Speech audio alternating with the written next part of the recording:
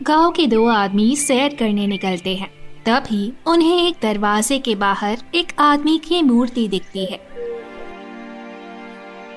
अरे ये तो रामू है ना, ये तो सरपंच जी का नौकर है। बिल्कुल सही कहा तुमने। सोचने वाली बात ये है कि इसे मूर्ति किसने बनाया। अनर्थ हो गया, हमारे गांव में कोई बड़ी मुसीबत आ गई है। भागो, यहाँ किसी डायन का वास है, भागो।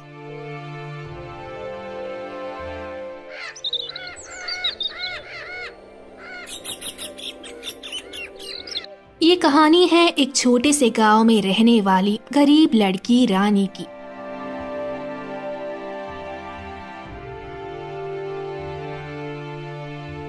एक दिन रानी जंगल में लकड़ियां चुन रही थी। तभी अचानक झाड़ियों के पीछे से किसी के पुकारने की दर्द भरी आवाज आती है। बचाओ बचाओ, कोई है, मेरी मदद करो। अरे ये किसकी आवाज है? लगता है किसी को मदद की जरूरत है। क्या यहाँ ऐसा कोई नहीं जो मेरी मदद कर सके? भगवान, किसी को तो मसीहा बनाकर भेजो। आवाज तो झाड़ियों के पीछे से आ रही है, मुझे जाकर देखना चाहिए। रानी परेशान होकर दौड़ते हुए झाड़ियों के पीछे जाती है, जहां उसे एक नर खरगोश घायल हालत में मिलता है। पूरे शरीर से खून बहना, आंखों में आंसू और दर्द, कमजोरी ऐसी मानो जैसे कुछ पल में ही दम तोड़ दे। ऐ इंसान, मेरे प्राण निकल रहे हैं, मुझे बचा ले। तो फिक्र मत कर खरगोश, मैं तुझे बचा लूंगी। रानी अपने थैले से एक कपड़ा निकालकर खरगोश के चोट में बांधती है और अपनी पोटली का पानी उसे पिला देती है। ऐ प्यारी लड़की, इतनी कड़ी धूप में तूने अपने लिए लाया पानी मुझे पिला दिया। क्या तुझे इसकी जरूरत नहीं पड़ेगी? मुझसे ज्यादा तुम्हें पानी की जरूरत थी। मेरा घर यहीं पास के गांव में ही है, मैं घर जाकर पानी पी लूंगी। तेरा शुक्रिया, तूने मेरी मदद की। आज तो मुझे लगा कि मैं मर ही जाऊंगा। अच्छा तुम एक बात बताओ प्यारे खरगोश, तुम इंसानी भाषा कैसे बोल पा रहे हो? तुमने मेरी निस्वार्थ भाव से मदद की ना, इसलिए तुम मुझे सुन पा रही हो। तुम्हें इतनी चोट कैसे लगी और तुम जंगल में ही रहते हो क्या? मैं बड़ी दूर की सफर तय करके इस जंगल में आया था, पर मेरी फूटी किस्मत तो देखो, यहाँ आते ही जंगली जानवरों ने मुझ पर हमला कर दिया। तुम्हारी हालत अभी भी कुछ ज्यादा सही नहीं लग रही है। चलो मेरे साथ मेरे घर, मैं तुम्हारी देखभाल करूंगी। जब तुम पूरी तरह से ठीक हो जाओ तब वापस जंगल आ जाना। जब तुम पूरी तरह से ठीक हो जाओ तब वापस जंगल आ जाना। इतना बोलकर रानी उस खरगोश को अपने साथ लेकर अपने घर चली जाती है। घर जाते ही उसकी माँ खरगोश को देखकर रानी के ऊपर सवालों की बौछार कर देती है। अरे रानी बेटा, ये खरगोश किसका है और तुम इसे घर क्यों लाई हो? अरे इसे तो चोट लगी है, ये सब कैसे हुआ? अरे माँ, थोड़ी सांस तो ले लो, मुझे जवाब देने का मौका तो दो। ये खरगोश बहुत घायल है, इसीलिए मैं इसे घर लाई हूँ। जंगल में अकेले छोड़ना मुझे सही नहीं लगा। ये तूने बिल्कुल सही किया, जा इसकी मरहम पट्टी कर दे। दोनों माँ बेटी की दयालुता देखकर खरगोश भावुक हो जाता है और मन में सोचता है, ये दोनों कितनी अच्छी हैं, कितनी साफ दिल की हैं। इन्होंने मेरी मदद की, इसका फल इन्हें जरूर मिलेगा। इन्हें अंदाजा भी नहीं है आगे इनके साथ और क्या क्या अनोखी घटना घटने वाली है।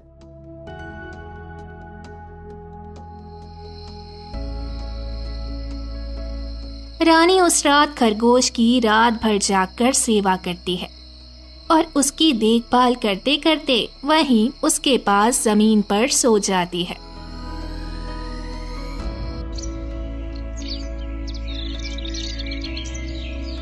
बेटी उठो, यूं जमीन पर क्यों सोई हो?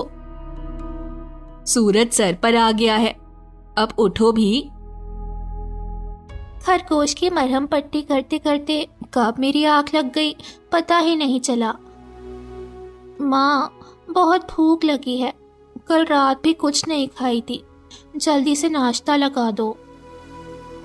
माफ करना बेटी, आज मैं नाश्ता नहीं बना पाई। अनाज खत्म हो चुका है और मेरे पास पैसे भी नहीं थे कि मैं बाजार से अनाज ला सकूं। तू चिंता मत कर माँ, आज मुझे सरपंच जी ने लकड़ियाँ लाने का काम दिया है।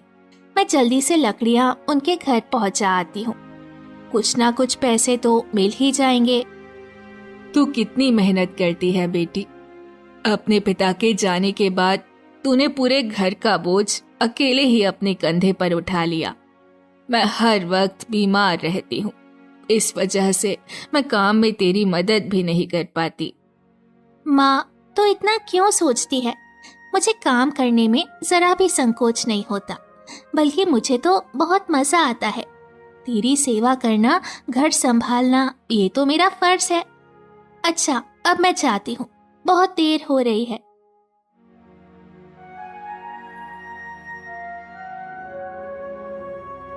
इतना बोलते ही रानी जंगल लकड़ियां काटने चली जाती है। कुछ देर बाद वो लकड़ियां काटकर सरपंच के घर जाती है।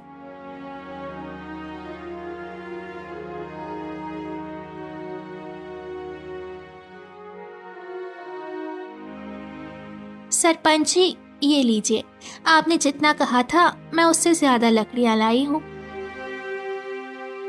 ये तूने बहुत अच्छा काम किया, कल फिर से लकड़ियां ला देना। ये सुनकर रानी वहीं खड़ी सरपंच को देखती है।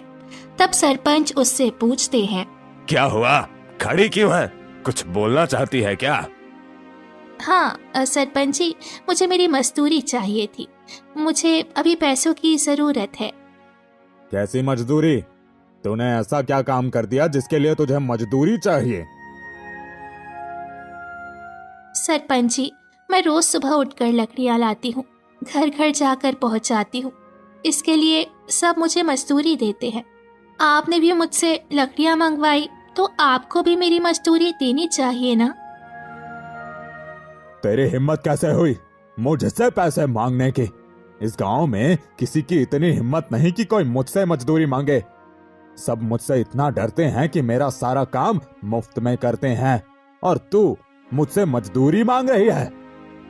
ऐसा ना कहिए सरपंच जी, कुछ दिनों से आप मुझे लकड़ियां लाने को कह रहे हैं, इसीलिए मैं किसी और के लिए नहीं ला पा रही हूँ। मैं तो इसी बात पर निर्भर थी कि आप मुझे मेरी मेहनत की कमाई दे देंगे तो मैं घर पर अनाज लेकर जाऊंगी। भिखारन कहीं के, यह तो तेरा सौभाग्य है कि तुझे मेरा काम करने का मौका मिला। तुझे तो खुश होना चाहिए था, और तू यहाँ आकर अपनी गरीबी का रोना रो रही है। कुछ तो पैसे दे दीजिए सरपंच जी, मेरी माँ की दवाइयाँ, घर के लिए अनाज, इन सब का खर्चा मैं कैसे उठाऊंगी? ये सब तू समझ, ये तेरी समस्या है, मेरी नहीं। जा यहाँ से, मेरा कीमती वक्त बर्बाद मत कर। मेरे पास पैसे नहीं है जो मैं तुझे दूं। झूठ क्यों कह रहे हैं? आप इस गांव के सबसे ढाड़ी व्यक्ति हैं, आपके पास पैसों की कमी हो ही नहीं सकती है। ऐसे गरीब का हक मारकर आप क्यों अपनी तिजोरी भर रहे हैं? बहुत जुबान चल रही है तेरी। अगर तू यहाँ से गई नहीं तो मैं अपने आदमियों से कहकर तुझे धक्के मार कर बाहर निकलवाऊंगा। मैं अपनी मेहनत की कमाई लिए बिना बिल्कुल नहीं जाऊंगी। मैं आपसे उधार नहीं मांग रही जो आपके मना करने पर सर झुकाकर चुपचाप चली जाऊं। अच्छा, तेरी इतनी हिम्मत, तू मेरे सामने साहस दिखाने की जरूरत कर रही है? रुक रुक, मैं तुझे अभी तेरी औकात दिखाता हूँ। सरपंच गुस्से में अपने नौकर रामू और शामू को बुलाता है। रामू, शामू, अरे कहाँ मर गए दोनों? रामू शामू घबराकर फौरन दौड़ते हुए वहां आते हैं। जी मालिक, कहिए क्या हुक्म है? तुम दोनों इस लड़की को धक्के मारकर मेरे नजर से दूर ले जाओ। मुझे इसकी शक्ल देखकर बहुत गुस्सा आ रहा है। मालिक आप गुस्सा मत कीजिए, हम अभी इसे घर से निकालते हैं। हाँ, निकाल तेरे गरीब कदमों को मेरे मालिक के घर से, ये इन्हें अशुद्ध कर रहे हैं। इतना बोलकर दोनों रानी को घर से बाहर निकाल देते हैं। हे प्रभु, तू मेरे साथ ही ऐसे क्यों करता है? मैंने ऐसी क्या गलती कर दी जो तू मुझे ये दिन दिखा रहा है? रानी दुखी होकर अपने घर चली जाती है। उसे इस हाल में देखकर उसकी माँ पूछती है, क्या हुआ बेटी, इतनी मायूस क्यों हो? माँ के पास आते ही रानी फूट फूट कर रोने लगती है। माँ, ये दुनिया इतनी जालिम और निर्दय क्यों है? इंसान क्यों अपनी इंसानियत भूलते जा रहे हैं? हुआ क्या है बेटी, ये तो बता। किसी ने कुछ कहा क्या तुझसे? मैं इतने दिनों से सरपंची के लिए काम कर रही थी।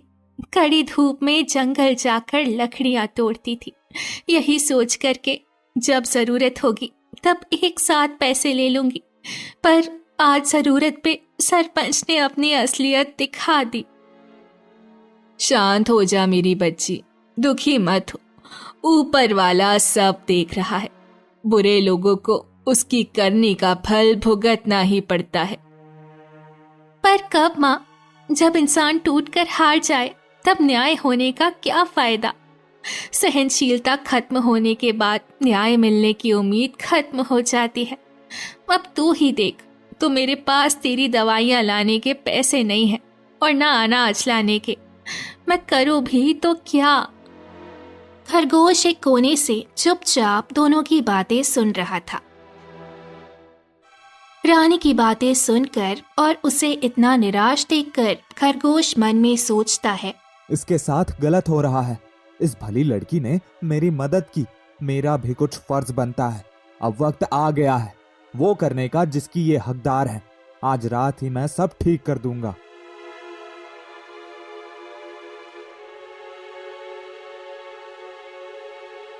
अच्छा, तो तुम छुपकर हमारी बातें सुन रहे थे? लगता है मुसीबतों को झेलते झेलते तेरा दिमाग फिर गया है। ये क्या तू खरगोश से बातें कर रही है? माँ, मेरा दिमाग बिल्कुल सही है। तुझे पता नहीं, ये खरगोश बोल सकता है। चुप कर पागल लड़की, कुछ भी बोल रही है। इसीलिए कहती हूँ इतनी फिक्र मत किया कर। अब होने लगा ना दिमाग पे असर। अच्छा सुन, तू घर पे बैठ, मैं आती हूँ थोड़ी देर में। माँ, मेरा दिमाग बिल्कुल सही है। तुझे पता नहीं, ये खरगोश बोल सकता है। तुझे भूख लगी होगी ना, तू मेरा इंतजार कर। मैं भोजन का कुछ बंदोबस्त करके आती हूँ। कहाँ से? तेरे पास पैसे हैं क्या? माँ, अगर पैसे नहीं है तो रहने दे। मुझे ज्यादा जोर की भूख नहीं लगी है। तू इसकी फिक्र मत कर, मैं संभाल लूंगी। इतना बोलकर रानी की माँ अपनी पड़ोसन कमला के घर चली जाती है। कमला, ओ कमला, घर पे हो ना?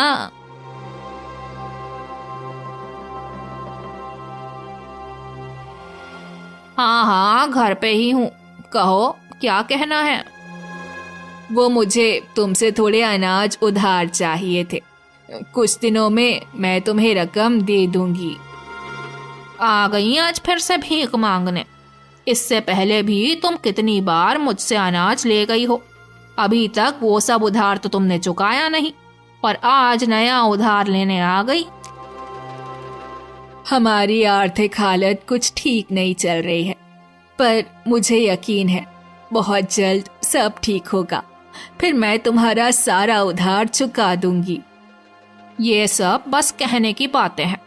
तेरे घर में तेरी बेटी के सिवा कोई काम करने वाला नहीं है, और तेरा खराब नसीब तो देख, तेरी बेटी भी कुछ खास नहीं कमाती। फिर कैसे सुधरेगी तेरी किस्मत? ऐसा ना कहो कमला, तुमने इतनी बार मेरी मदद की है, एक बार और कर दो। मैं तुम्हारा ये एहसान कभी नहीं भूलूंगी। चल ठीक है, एक आखिरी बार तेरी सहायता कर रही हूँ। 2-3 दिनों में सारा कर्ज चुका देना।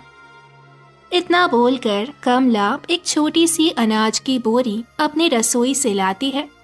तुम्हारा शुक्रिया कमला, भरोसा रखना मैं जल्दी सारे पैसे दे दूंगी। इस बार तो मैंने अनाज दे दिया, पर अगली बार पैसे लिए बिना मेरी चौखट पर कदम भी मत रखना। मैं बार बार बड़ा दिल रखकर तुझे भीख नहीं दे पाऊंगी। इतनी बेइज्जती होने के बाद भी रानी की माँ चुपचाप कमला को बिना जवाब दिए वहां से निकलकर घर आ जाती है। माँ, तुम तो सच में अनाज ले आई। चल अब तू हाथ मुंह धो ले, मैं जल्दी से खाना बना देती हूँ। सच कहते हैं लोग, एक माँ अपने बच्चे के लिए दुनिया भर की जिल्लत सह सकती है। खाना बनता है और वो लोग साथ बैठकर सुकून से निवाला खाते हैं।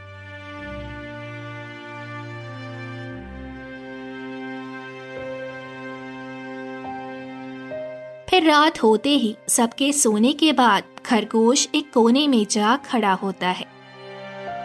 सब सो गए हैं, यही सही वक्त है अपनी शक्तियां उजागर करने का। इतना बोलकर खरगोश अपने जादू से वहां एक मटका लाता है जिसमें सोने के गहने भरे होते हैं। आज वो दिन आया है, ऊपर वाले ने इन दोनों का नसीब चमकाया है।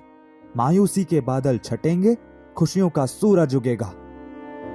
सोने की चमक इतनी कि पूरा कमरा जगमग हो उठा।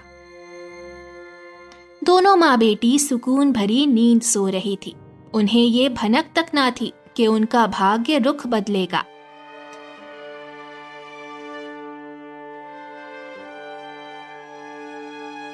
सुबह होते ही रानी अपने घर में सोने के गहनों से भरा मटका देखकर हैरान हो उठती है। माँ उठो जल्दी, देखो हमारे घर में क्या है। क्या हुआ?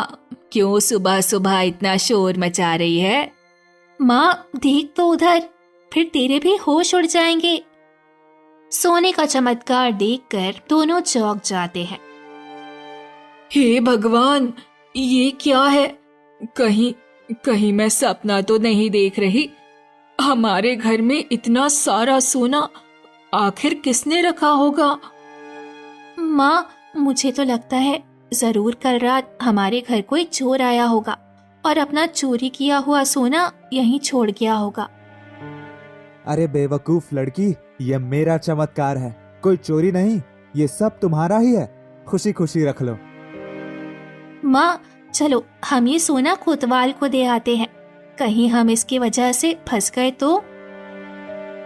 हाँ बेटी, यही सही रहेगा। रुक जा, मैं कोई कपड़ा ले आती हूँ इस मटके को ढकने के लिए। माँ फौरन घबराती हुई कपड़ा लाने चली जाती है। फिर रानी मटके को उठाने के लिए आगे बढ़ती है। खरगोश, अभी शरारत करने का समय नहीं है, सामने से हट जा। मुझे जल्दी से ये सारा सोना कोतवाली में जमा करने जाना है। ये तेरी मासूमियत है या मूर्खता? क्या मतलब? तुम कहना क्या चाह रहे हो? साफ साफ कहो। ये सोना किसी ने चोरी नहीं किया है, ये तो मैं अपने जादू से तुम्हारे लिए लाया हूँ। जादू? हाँ, मैं कोई आम खरगोश नहीं हूँ, एक जादुई खरगोश हूँ। तुमने मेरी जान बचाई थी ना, ये उसका इनाम है। तुम सच कह रहे हो? ये सब मेरा है? हाँ बाबा हाँ, अब जल्दी से खुश हो जाओ, तुम्हारे घर लक्ष्मी आई है। कुछ देर में माँ एक कपड़ा लेकर वहाँ आती है। चल बेटी, इसे ढककर ले चलते हैं।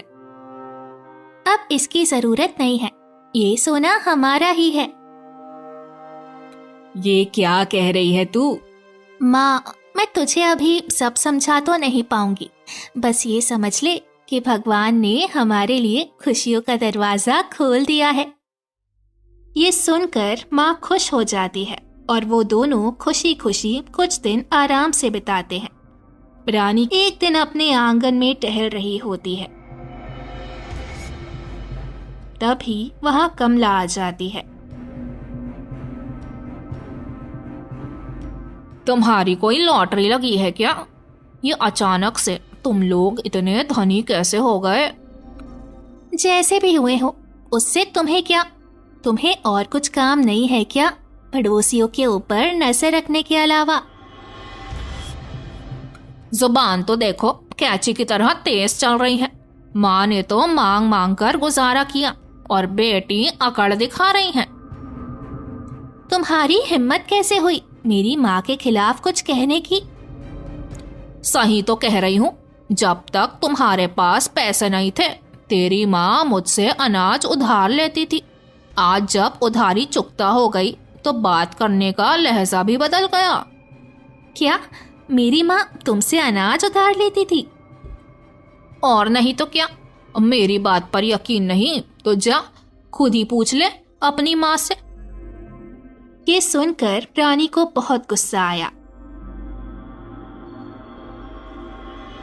और वो गुस्से में कमला को एक सोने का सिक्का देकर कहने लगी, ये लो, आज तक मेरी माँ ने तुमसे जितना भी अनाज लिया होगा, ये सिक्का उन सबकी भरपाई है।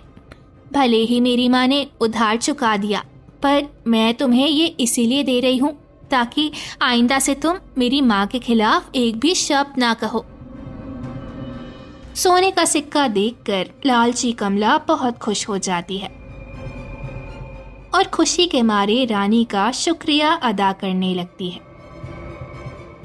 हाँ, मैं ध्यान रखूंगी। अब से आपको शिकायत का एक भी मौका नहीं दूंगी। अपनी कृपा मेरे ऊपर ऐसे ही बनाए रखना। इतना बोलकर कमला वहां से चली जाती है। फिर रानी मन में सोचती है, माँ को इस लालची औरत से उधार नहीं लेना चाहिए था। ना जाने माँ को क्या क्या सहना पड़ा होगा। नहीं, मैं इस बारे में पूछकर माँ को दुखी नहीं करूंगी।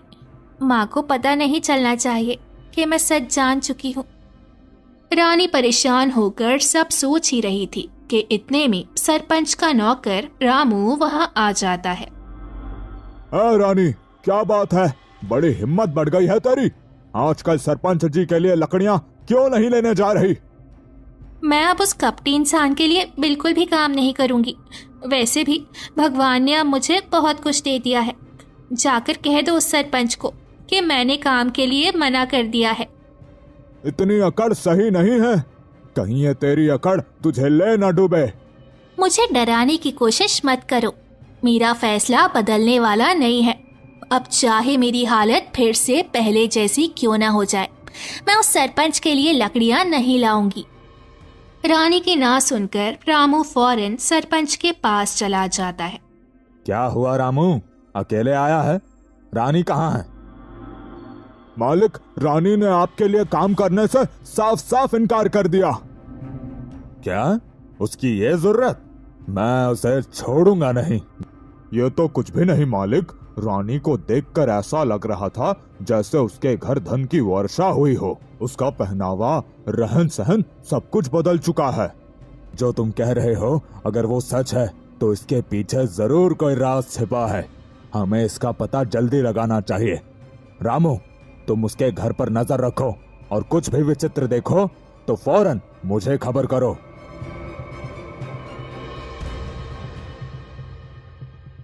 सरपंच के आदेश पे रामू उस रात रानी के घर के अंदर खिड़की से नजर रखता है। अंदर बैठी रानी खरगोश को देखकर कहती है, खरगोश, जब से तुम मेरी जिंदगी में आए हो तब से सब कुछ बदल चुका है। मेरी किस्मत जाग उठी है। मैं तुम्हारी आभारी हूँ। तुम्हारी वजह से आज मेरे घर में खुशियाँ आई हैं। इतना बोलकर रानी सो जाती है। फिर आधी रात में रामू चोरी छिपे खरगोश को लेकर जाने लगता है।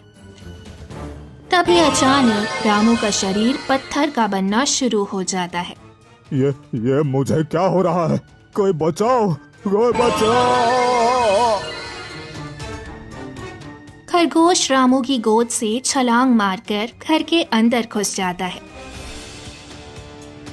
और रामू वहीं दरवाजे के बाहर पत्थर की मूर्ति में बदल जाता है।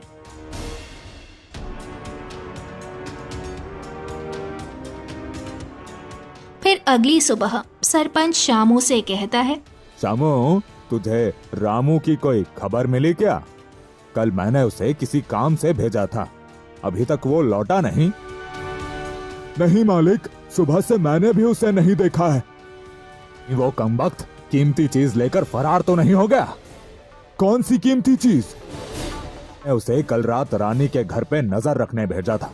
लगता है उसे कुछ कीमती चीज हाथ लगी है और वो लालच में आकर भाग गया होगा।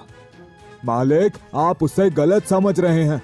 हम दोनों इतने सालों से आपके पास काम कर रहे हैं और वफादारी से कर रहे हैं।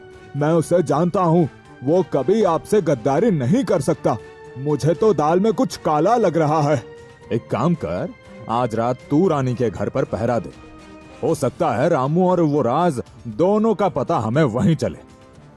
जी मालिक, आप बिल्कुल निश्चिंत रहें। मैं आपके लिए रामू और वो कीमती चीज दोनों ढूंढ निकालूंगा।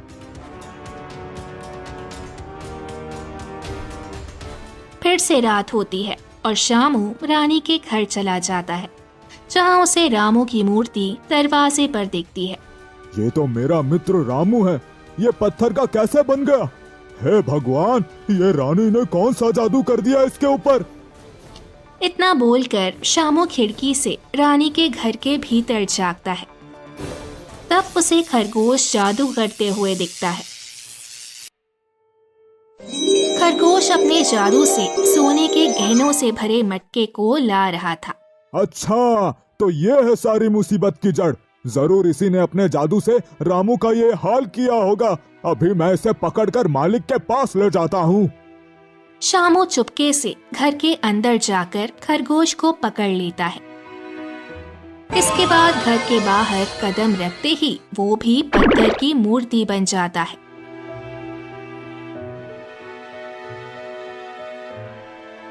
फिर अगली सुबह गांव वाले सरपंच के घर के बाहर जाकर शोर मचाने लगते हैं। सरपंच जी, बाहर आइए, अनर्थ हो रहा है गांव में। तुम लोग सुबह सुबह मेरा सर क्यों खाने आए हो? एक तो वैसे ही मेरे दोनों नौकर गायब हैं।